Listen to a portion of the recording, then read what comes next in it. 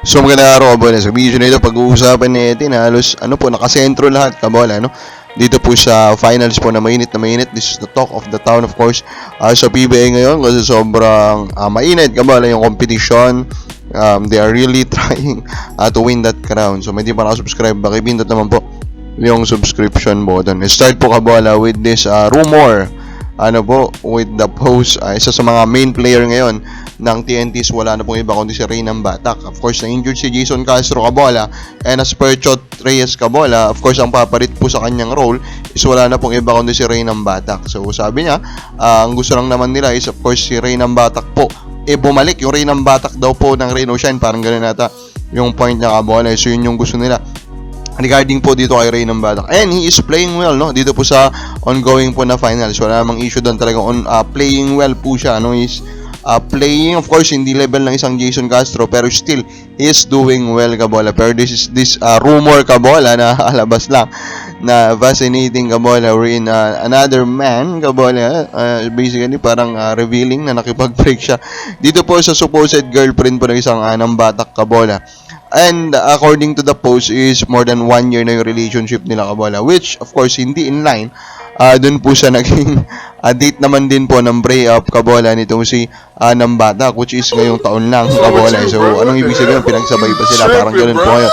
And fans are of course stating that this is fueling the good play ng isang Reynam Batak. So let us hope, no, that Reynam Batak is in a good place right now kabola. Speaking of course of TNT pa din, Calvin Optana daw kabola ay nakasagutan din daw ni Coach Chot nung Game 5. This is not a good look for Coach Chot and TNT kabola. Of course, pero di ba parang nakakapagtaka, si Coach Chot is of course really good in this. He is a player's coach kabola, pero nakakapagtaka na napakadami ng clashes. If this is true, If this is true, which is of course hindi rin naman tayo sure kabola. Na gusto lang konti, pampalamlam lang, sa MPBL, check lang natin yung numbers kabola ng Abra, who signed a lot of good big name players currently kabola. And makita nyo dito, Serrano is really playing well at 18 points, while Dave Ildefonso is also putting up numbers. Ang medyo lang dito, medyo divisive kabola is he is really not that of good of a 3-point shooter kabola, itong si Dave Ildefonso. On the other hand naman, this shows kabola din kung yung quality ng isang Encho Serrano, that again yung kanya pong rights is still with Phoenix kabola. So ano kayong gagawin ng Phoenix with this rights of Encho Serrano? Serrano is really playing really well right now kabola. Now speaking of playing really well, JP Aram hindi po siya yun. Pero si JP Aram currently kabola is the talk of the town of this finals, kasi nga po itong si Aram kabola yun, nagkaroon na siya na clash with their own coach, ito pong si Coach Chot Reyes. So ito ngayon yung pinag-uusapan ngayon, yung ugali ng isang JP Aram kabola, anong dapat gawin sa kanya ng TNT kabola, diba? Even legends like Kirby Raimundo kabola and etc. Ang dami na nasasabi dito kay JP Aram kabola with his situation. Of course, mas nag-blaze pa po yung mga rumors. So nakita na lang itong si Coach Al Francis Chua ay nakausap nitong si JP Aram. So we realize that of course mukhang hindi na magtatagal po sa TNT itong si JP Aram. So here are the 3 teams that we think should try to get him. Number 3 ko will be Meralco Bolts kabola. So, itong team to na to ng MVP group, they have a good team of course.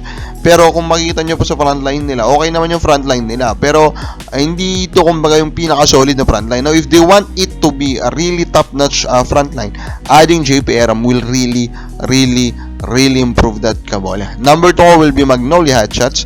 Magnolia Hotshots is a defensive team. May issue nga lang po sa opensa. So, very crucial sa kanila kabola that if they want to add another center, the center should be capable of playing with the other players, and they have a lot of non-shooters. And because Aram is a capable 3-point shooter kabola, that will not be an issue.